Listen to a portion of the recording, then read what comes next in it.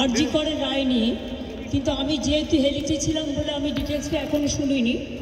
তো আপনাদের কাছ থেকেই শুনলাম যে এটা নাকি যাবজ্জীবন দেওয়া হয়েছে। এটা আপনাদের কাছ থেকেই প্রথম আমি শুনলাম। আমার রিয়াকশন ইজ ভেরি ক্লিয়ার। আমরা প্রথম দিন থেকেই ফাঁসির দাবি করে এসছিলাম এবং আজকেও আমরা সেই দাবিতে অটুট আছি।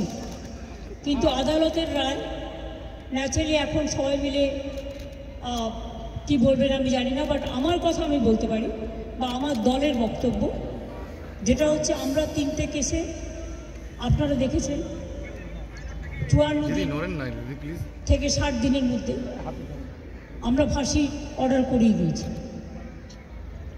কিন্তু আমি জানি না এটা একটা সিরিয়াস কেস এবং এটা নিয়ে ফাঁসি দাবি আমাদের সবার ছিল।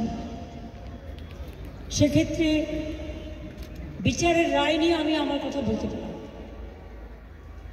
আমরা এটাই বলেছিলাম, আমাদের হাতে কেসটা থাকলে আমরা কিন্তু অনেক দিন আগেই ফাঁসির অর্ডার দিয়ে দিতে পারতাম, ফাঁসির অর্ডার করে দিতে পারতাম।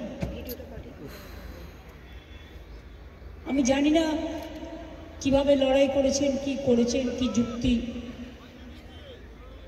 আপনারা তো লয়াররা জানেন। সুতরাং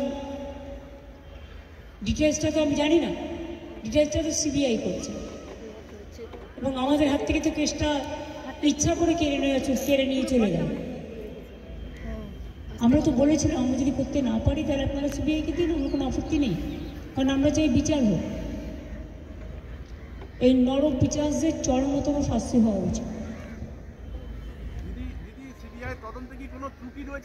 আমি এসব বলতে পারবো না, কিন্তু আমি এখনো, আপনিও লয়ার, আমিও অ্যাজ এ লয়ার আমি কথা বলছি।